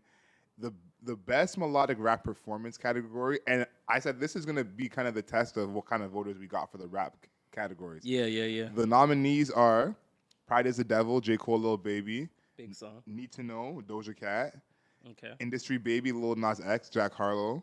What's Your Name, Tyler, the Creator, NBA YoungBoy and Ty Dolla $ign, and then Hurricane, Kanye, The Weeknd, and Lil Baby. When you hear those 5, what do you think is like? I know what your favorite. I think we have the same favorite song out of this group. But what do you think is like the song that would win? The song that would win, I would probably say Hurricane. Okay. I think Hurricane is probably the best produced song. Okay. It's not the best song you just named though. It's Politics. It's Politics. Actually, you know what? I forgot about the Politics when I said that. It's probably gonna be Lil Nas X. Yeah. Man has an industry in a chokehold. Yeah. Harlow's in it too, so yeah, that sounds like it's the easiest pick. Yeah, I feel For like the Politic Police. I feel like What's Your Name is just is probably That's the best song. The best song out of the group. Yeah. And Pride is the Devil would be my second choice. But I feel like this is gonna tell what the voters are because let's be clear, like the hip hop like group, hip hop internet of like black men don't fuck with usually women rapping, gay niggas rapping, or a white guy rapping. I mean, yeah, it's facts. It's facts. Those are the 3. That's just history. History said those are the 3 groups that are the most kind of underappreciated by black men in hip hop. 100%. So if Doja Cat or Lil Nas X wins in this category, that lets us know where the voters are at. It's a sham. I don't want to say sham, but you know what I'm saying? Like, how many people in this room got Industry Baby on one of their playlists? You know what I'm saying? I mean, but now you're absolutely right because you're speaking to a room full of black men. And but we are the keepers of hip hop. You know what I'm saying? So fair enough. That's how we'll know if it's us who's voting in these things, or who's doing the voting. Because if Doja Cat wins, as much as I love Doja Cat, I'm saying beautiful, talented woman, this is not the place for her to win to me. Definitely, I agree with that take for sure. Yeah. What's the next category? I wanted to talk about R&B. R&B, okay. This is another thing we talk about authenticity when it comes to the Grammys. R&B album category, we got Temporary Highs in the Violet Sky, Snow Allegra. Okay. We Are, John Batiste. Gold Digger Sound, Leon Bridges. Back of My Mind, Her. And then Hotels, Jasmine Sullivan.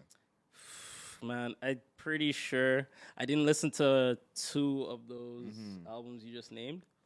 But I am going to give it to Jasmine Sullivan's Hotels. Personally, like, that album is probably the top R&B album of the year.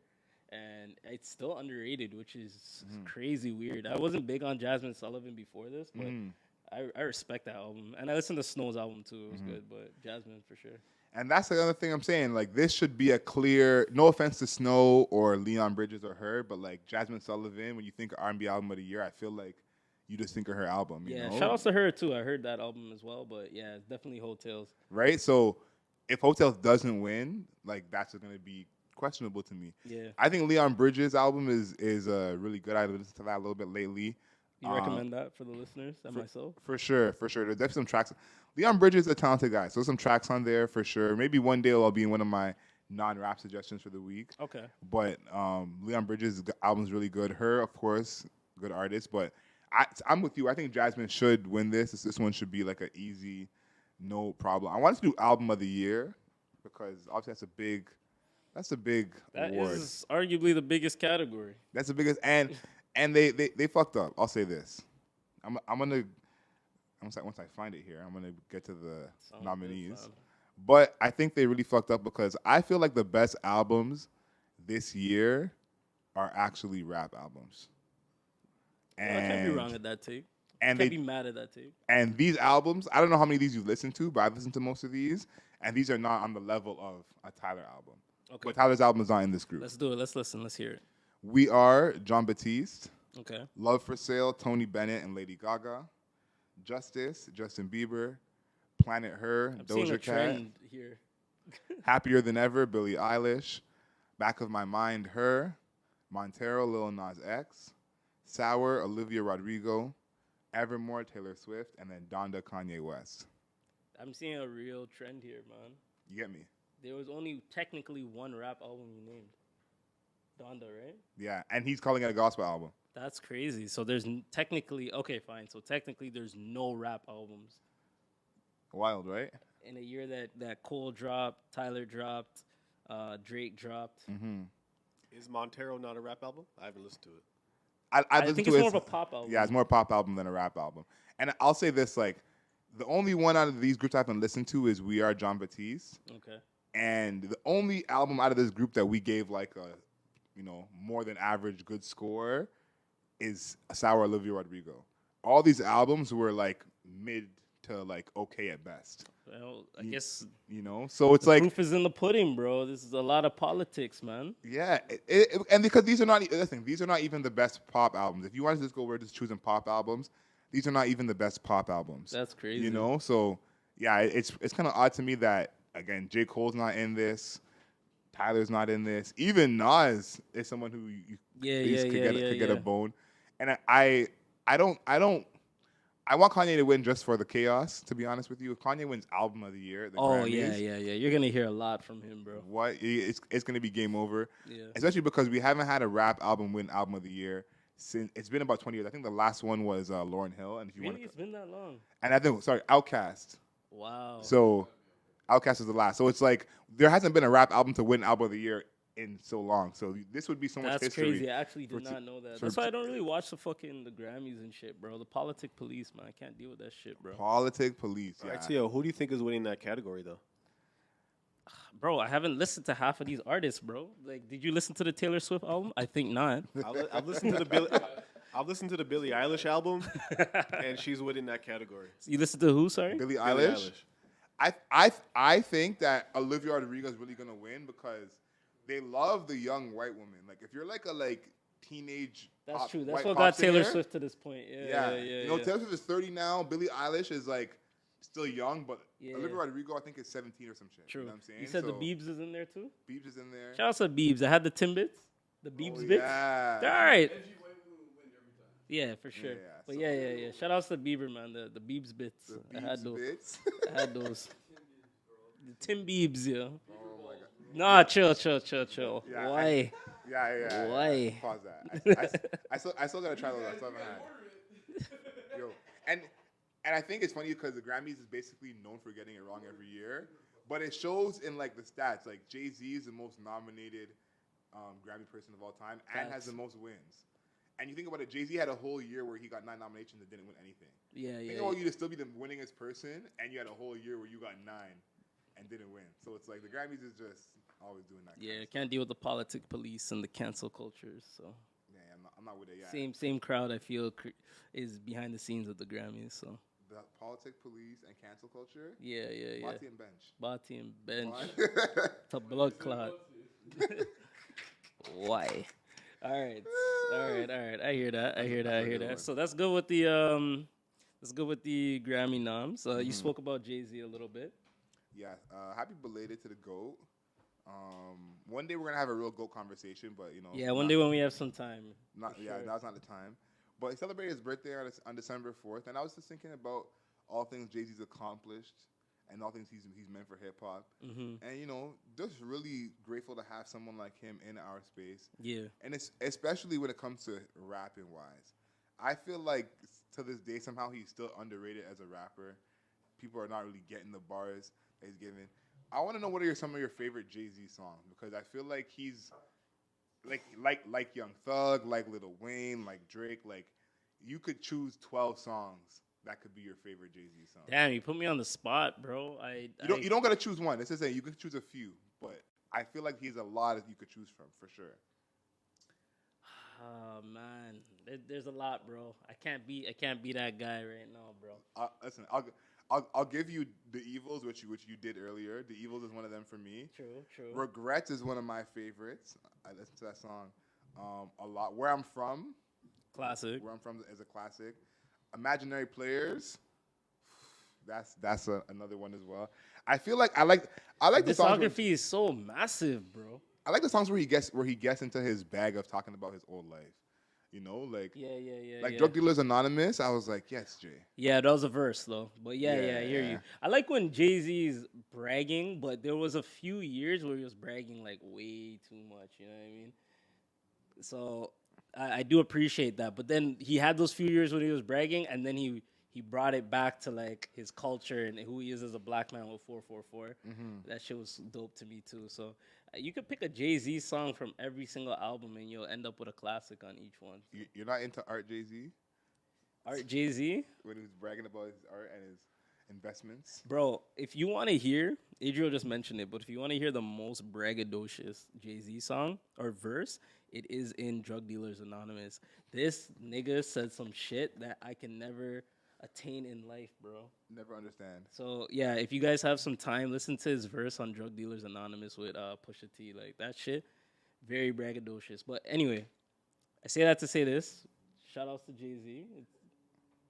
It's your birthday, or it was your birthday. It was, yeah. So just trying to give you a big ups. You are one of the GOATs. Before we switch topics though, Crispy, do you have like a favorite Jay-Z song? All right, let me do this real quick because I've thought about this 100 times. I'll give you my top 5 in order. Okay. 1, Where I'm From. 2, Allure. 3, Meet the Parents. 4, Dead Presidents. 5, Classic. Hovey Baby.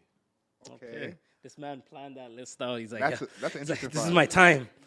He's like, yeah, this is my time. I got this. Yeah. That's a big list, though. This is a big list. Yeah, and then last but not least, for anyone, if you somehow are not up on Hove and you're just like, your life's in shambles right now, because that's what this means. If you're not up on Jay-Z, your life is in shambles. One thing, guys, I'll tell you is that I'm not a big Jay-Z guy. I was always Nas, right? The one thing, actually, not even the song, the one thing that he did that changed me to be a fan of his was that movie he did with when they were just like kind of freestyling as they did the whole movie.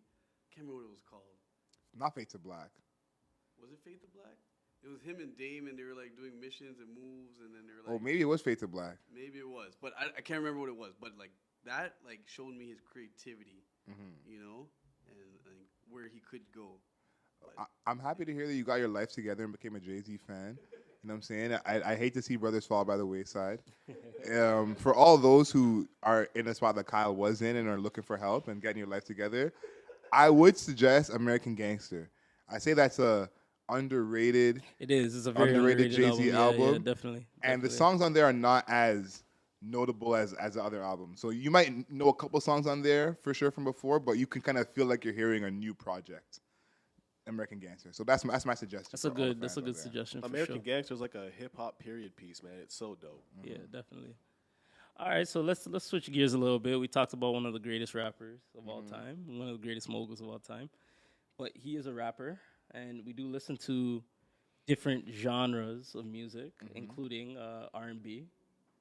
And I'm noticing a trend that male R&B and female R&B, they're on 2 different levels right now. Yep. I think women are running the R&B game right now, as opposed to when I was growing up, it was dudes running the R&B game. You know what I mean? So females are coming out on top right now. Kyle just made up a great point. Hip hop, R&B, they're doing both. Like there's a lot of females that came up after Nicki now, like that generation, that era, that are doing their thing. And nobody's saying they're the most lyrical or this, that, but they're putting out music that's getting listened to, that's very popular. But I feel like the male R&B acts, they're slipping right now, bro. I half agree with you. There is some talent out there For sure.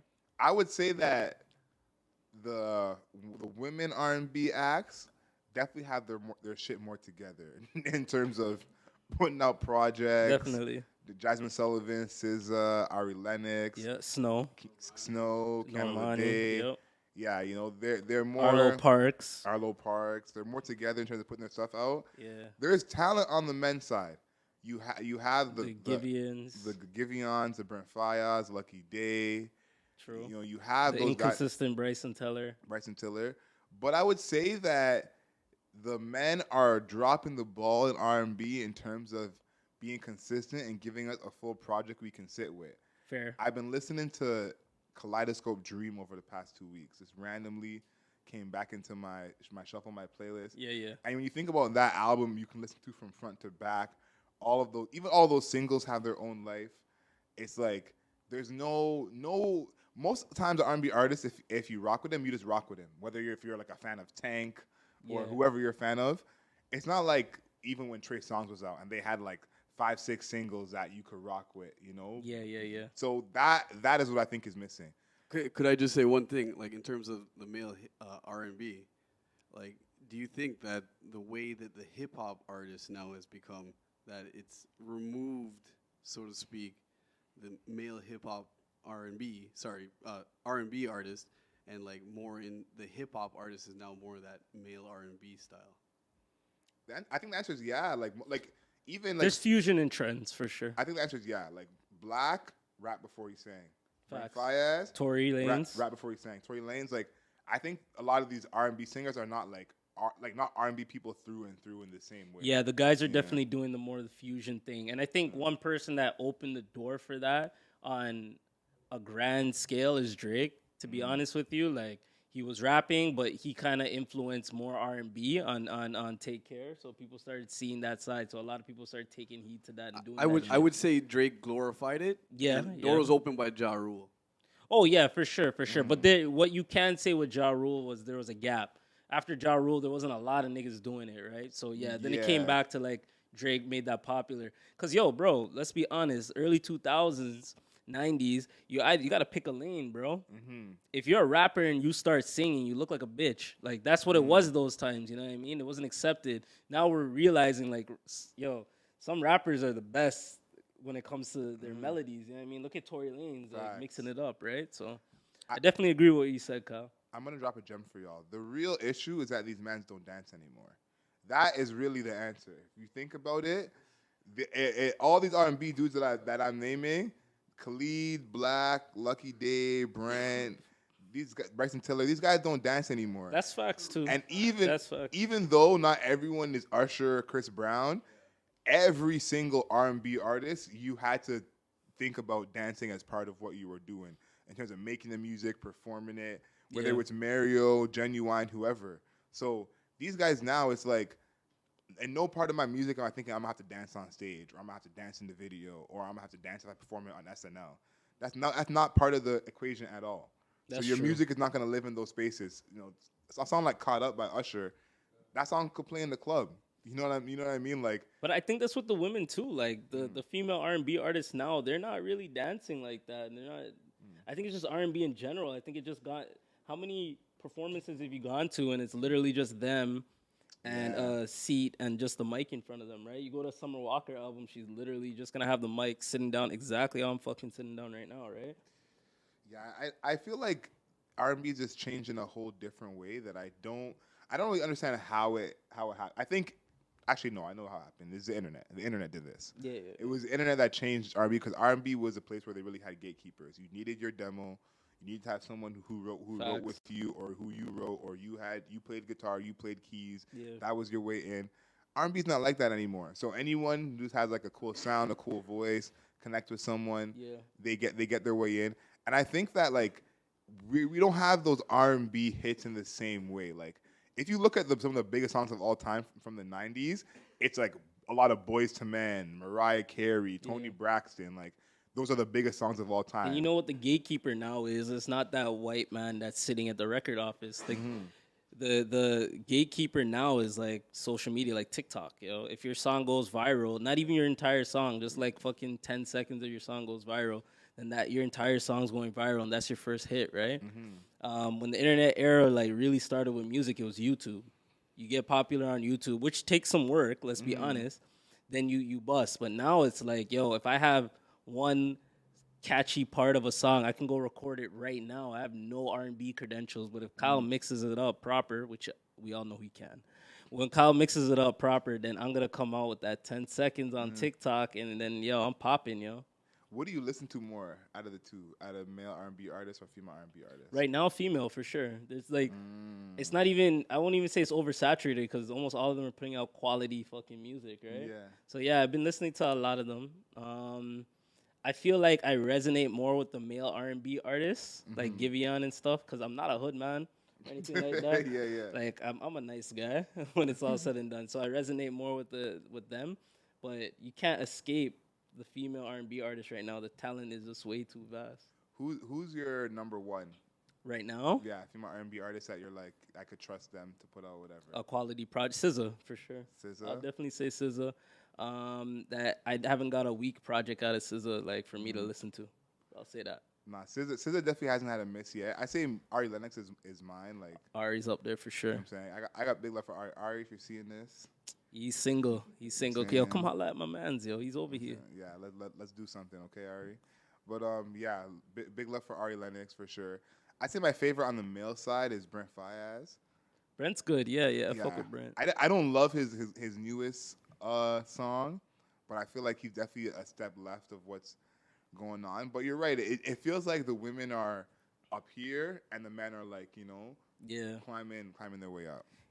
You know what it was with the R&B acts? They were about to have a renaissance, but then their godfather and king of the new era R&B males, Frank Ocean, just comes and goes whenever the fuck he pleases. So because of that, they have nobody to turn to, no messiah. No one to follow. Exactly. So now the females came in. So it's crazy, man. R&B is just not the same at all. Nah, definitely. I mentioned an artist actually that you put me on to from the last episode. I listened to the Collapse and Sunbeams from Arlo Parks. Yep. And since I played the first song off of that, I did not listen to French Montana ever again. And that was it for me. Talk about the separation in quality between the two. Like. It is vast. The quality level is like watching an animated movie, like a really good animated movie. The fight scenes, everything's nice, and then you go to watch like fucking Bob's Burgers after. It's not the same. Not the same. It's not the same. And I was hype on the French album just because of recency bias, and I listened to it in the gym. I was working out and shit. But, every song sounds the same. He's bragging about the same shit, bro. I don't give a fuck about how many chains you're rocking, how many cars you bought, and who you've been fucking. I don't care.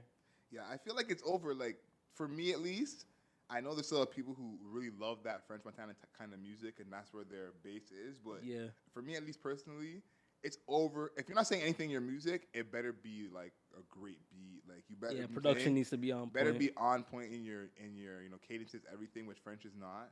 And then on top of it too, it's like you got to realize that there's artists like Tyler or Vince Staples or Isaiah Rashad or J. Cole who are putting out like really god level projects. As well as someone like Arlo Parks, who's putting out her own god level project in a complete different genre. So it's like you're kind of just a bottom feeder in a sense. Yeah. If you're not putting out that level, and then 15,000 sold first week, that is a rough headline. Man. A man said French Montana went double aluminum, and it hurt my spirit, bro. I was like, these niggas on Twitter are ruthless, man. Man said double aluminum. 15,000 is rough, man. Like I gotta say this, I think French really fucked himself by putting out this project because I don't know how you're gonna go into a label meeting now and ask for an advance or 15,000 as your last. Facts. The only thing with French now that will probably allow him to do that is he built so many connections in the industry. I don't know if he's still signed to Bad Boy. He was. Yeah, he was. He was, but I don't know if he still is. But he still has so many connections. He's just like he's French Montana. Like he's contacted your favorite artist for a verse. You know what I mean? And everybody rates him. So like he will drop another album. He will return again on another episode. French Montana's like when you watch those animes and shit when it's the villain that like you they have a whole album together. Yeah, like he's like Frieza, you know, like. He's just gonna keep coming back in the next episode. That's you know what I'm saying? disrespectful to Frieza. It is disrespectful to Frieza stuff. Like, I'm trying to find a better analogy, but it can't click. French Montana is not even like the good villain. Like, you know what I'm saying? He's a villain who just pops up and you're just like. You say he's Nappa. Easy dub. Yeah, easy he's dub. Nappa? He's an easy dub. He's an easy dub. You're like, yeah, you're a villain, but you know what I'm saying? God damn, French Montana is Nappa. From Dragon Ball Z, you heard it here first. Oh my god! I like the. They kind of look the same a little bit, yo. If you give Nappa a fitted, no, they could pass for the same. Like French Montana's a tall guy. Cousins, yeah. Oh my god! But I listen to French, bro. Maybe so I'm not gonna sit here and just shit on French Montana. No, I can't. French has some tracks I like. Maybe that should be the picture for this episode is Nappa and French side by side. Oh man, if we could get a graphics team on that, bro, I will definitely do that. No, but I'm happy you put French to rest because I think I put French to rest. How do you put French to rest? Because that's what I want to do with this podcast and help some people out. Because there are artists like French who are been putting out rap music for a long time, and it's pretty mid. Facts. And then there's artists like Arlo Parks, who you may not be aware of, putting out straight heat. But I appreciate you for putting me onto Arlo Parks, and anybody that trusts me and trusts like my musical opinion, it was a good album. So definitely take some time, give that a listen, Collapse in Sunbeams. So, do you have a non-rap suggestion for this week? Because this is how we're wrapping up things. We do our non-rap suggestions. You know what? I do if I gave Kyle my phone. So you can go first, and then I'll go after you. So I had two choices for this one, and I'm actually gonna go with them both because I have some time. And one of them is from the Leon Bridges album that I mentioned before. Fuck with that. The song called Steam. It's a nice little vibe. Thank you, sir. You can play that when you're balling up. It's a nice little vibe, Steam right there. Okay. And then Khalid dropped a new project. It's called Scenic Drive. I feel like Khalid is slept on because he had a haircut that the black community could not resonate with. Yeah. You know what I'm saying? And that just kind of hurt his fan base. Yeah. But Khalid has some tracks, and this new project, he's calling it a tape, but it's like it's more of his good tracks type of vibe, and there's a lot of good features on it. Jid Jordan, Jid, Smino's on it. So the new Khalid project is my suggestion. Okay. The song I'm suggesting is Retrograde, featuring Black and Lucky Day. Okay. So Khalid, yeah, and he cut his hair now, so he's doing a little better. Ignore what you saw in the past. You know, it's like him and Jason Derulo. Like Jason Derulo, I feel like, you know, he just can't resonate with the community because of his haircut. It's like there's no reason for your hair to be standing up the way it is. Don't kill me. You know, so now that because you can't listen, you can get that off if you're like a Weekend or a Black when they had their hair all dreaded up. Yeah, that is wild as well, but the black community can resonate with that. We all have an uncle whose dreads are going in the wrong direction. So, you know what I'm saying? We know what that's like. All right. The Mohawk, no. I like your choices, man. I like your choices. For me, my non-rap suggestion, maybe a little more like popular to the mainstream or whatever. But for a song, I'm probably going to go with Eugene from Arlo Parks' Collapse in Sunbeams album. I really like... I cleaned to R&B like around my crib, and I really like scrubbed extra hard when I was listening to that song. It was a nice vibe, nice energy. In terms of albums for this year, I'll probably go with Giveon When It's All Said and Done. This is my suggestion for anybody that's like trying to get in a chill mood, you know? Laying up with wifey or whatever. You have a glass of wine and, you know? 100%. Listen, we all love Meek Mill, but you can't listen to Meek Mill and Lil Durk 40 hours a day. No, sometimes can't do it. you might have to switch it up and change your life a little bit. Yeah, facts. Wow, man, we went on pretty good for this podcast here. This is episode 5. That's crazy, man. How you feeling about the episode? I feel like we actually just ate that shit. Like, phenomenal episode. Both sound absolutely buttery. Looking immaculate. Facts. Karma is beautiful. Shout outs to Collab and Crispy and Kyle. You guys always do your thing. I actually forgot to mention, for anybody that's listening, Mirror Media, we are planning on doing a shoe drive, a Christmas shoe drive at the end of the year. So you guys can look on our Instagram page, the Mirror Media. We're going to be dropping a video for that very soon, just so you guys know the information to give your shoes out to me. I'm going to send it out to one of our shoe drive accomplices, and let's get some shoes out to the homeless. It's getting really cold outside, so I'd appreciate anybody that wants to give that a look and give me a contact for sure. Nah, 100%. You're gonna be getting some shoes from me. Okay. Man like myself, who's been blessed to have a good amount of sneakers, always like to give some sneakers away. So I'm excited about that. Oh, let's tell the people about next episode. What we plan on doing a little bit. Oh yeah, we are gonna do a year in review episode. So I would say now would be the time when you hear this to let us know about any albums or movies or TV shows that For sure. are big for you this year. For sure. That you want to make sure we talk about, or you think that we might have forgot about. So For sure. that's going to be our next episode. A year in review. Basically, anything that happened, pop culture. Yeah, news. we're gonna talk about a lot of things. Our favorite verse, our favorite song, our favorite movie, our favorite TV show, all that shit. So yeah, definitely stay tuned for that. 100% favorite shorty. So 100%. Yeah, year in review. We're gonna review everything, even the things that don't need to be talked about. Sounds good. And if you made it this far, we really appreciate you guys. Once again, my name is Ralph, aka the Mayor. Adriel Smiley, aka the Godfather. And you just fully listened to episode 5 of the Mayor's Office podcast. So I appreciate you guys. And until next time. Know yourself, know your worth. Yes, sir. Thanks for listening to this episode. Please subscribe to us on YouTube, Spotify, and anywhere else you can play podcasts.